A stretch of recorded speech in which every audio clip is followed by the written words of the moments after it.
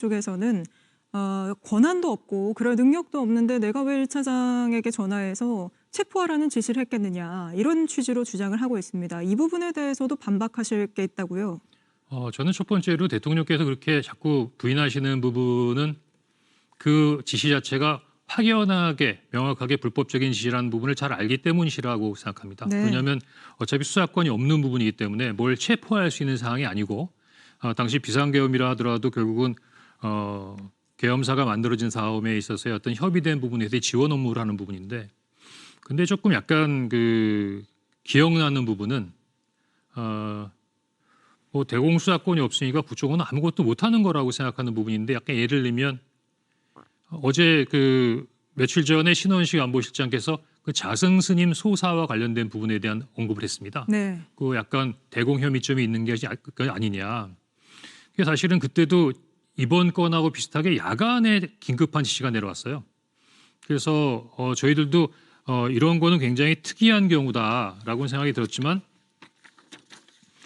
당시 11월 29일 날 2023년 11월 29일 날 경기도 안성의 칠상사에서 자승 스님이 분신 입적하시는데, 갑자기 이게 대공 관련된 부분의 사건과 대공 용의점이 있다는 부분에 있어서 지시가 내려와서 저희가 테러, 안전, 다음에 그 안보조사국에 있는 대공수사팀이 현장 확인을 하러 7, 80명이 야간에 동원됐던 적이 있었습니다. 7, 80명이네요. 예. 그때 어떻게 보면은 그 국정원이 야간의 어떤 긴급한 지시에도 이 정도의 인력들이 투입해서 활동을 할 수 있다는 부분을 보였던 사례이기도 하고요.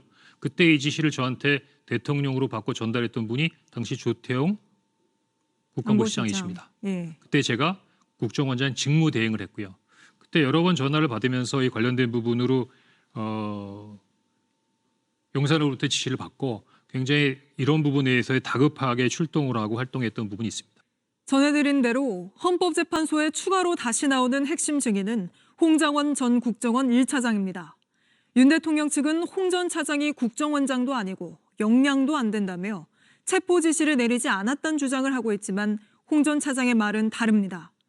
홍 전 차장은 저희 JTBC와의 인터뷰에서 국정원장 직무대행이던 2023년 자승 스님 입적 당시에도 대통령실이 대공 혐의점을 의심해 국정원 요원들을 대거 투입하라고 지시했다고 밝혔습니다. 김재현 기자입니다.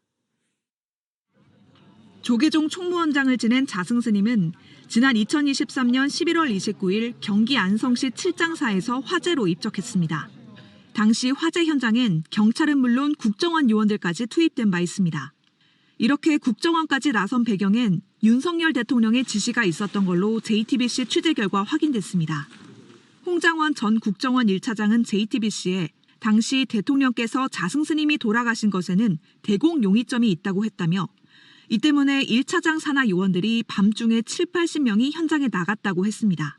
당시 안보실장이던 조태용 국정원장이 국정원장 직무 대행을 맡고 있던 자신에게 직접 출동 지시를 내렸다고도 했습니다. 윤석열 대통령은 같은 날 관저에서 조태용 당시 안보실장, 신원식 당시 국방부 장관 등을 만나서도 자승 스님 입적과 관련해 대공 혐의점 의혹을 제기한 것으로 전해집니다. 경찰 수사에서 대공 혐의점을 포함해 타살 혐의는 드러나지 않았습니다. 그럼에도 윤 대통령이 이 사건을 통해 국정원의 조사 역량을 봤다고 홍 전 차장은 주장했습니다. 밤중에 출동해서 그 난리를 친 걸 보니 이거 국정원도 움직이네라고 경험하신 것이라고 설명했습니다. 비상계엄 당시 윤 대통령이 자신에게 체포 지시를 내린 것도 대공수사권은 지난해 경찰로 이관됐지만 국정원에 여전히 대테러 조사권이 있다는 걸 감안한 걸로 봤습니다. 그럼에도 증언의 신빙성을 흔들려고 무리한 주장을 한다는 겁니다. 만약에 계엄 사무에 대해서 국정원에다 뭘 지시하거나 뭐 부탁할 일이 있으면 국정원장한테 제가 직접 하지, 차장들 업무 관련은 2차장이지만 2차장한테도 안 합니다. 홍 전 차장은 여인형 전 방첩사령관에게 체포 지시를 전달받은 다른 증인들과 달리 나는 대통령에게 직접 싹 다 잡아들이라는 지시를 받았다며 그 지시를 지우려고 유독 나를 공격하는 것이라고 했습니다. JTBC 김재현입니다. 사실 대공 용의점을 상상하기 힘든 사건에서 갑자기 국정원 요원들이 대거 투입된 배경을 놓고 당시 야당에선 비판이 나오기도 했습니다. 김건희 여사와 자승 스님 사이 친분이 작용된 거 아니냐는 분석도 있었습니다. 그런데 홍 전 차장의 얘기를 들어보니 실제로 국정원이 움직인 배경에 용산의 의중이 있었던 겁니다. 북한이 자승스님을 해친 것도 아닌데 국정원이 나설 이유가 없고 나서는 것 자체가 국정원법을 위반한 것이라고 말한 바 있습니다. 윤 대통령은 대공수사권 이첩에 반대한 데 이어 이를 부활시켜 불법 계엄에 활용하려 시도한 걸로 나타났습니다. 실제 홍정원 전 국정원 차장은 지난 4일 탄핵심판 5차 변론에 출석해 윤 대통령이 싹 다 잡아들이라 국정원에 대공수사권을 줄 테니 국군 방첩사령부를 도우라고 말했느냐는 국회 측 질문에 그렇게 기억한다고 답한 바 있습니다. JTBC 최규진입니다.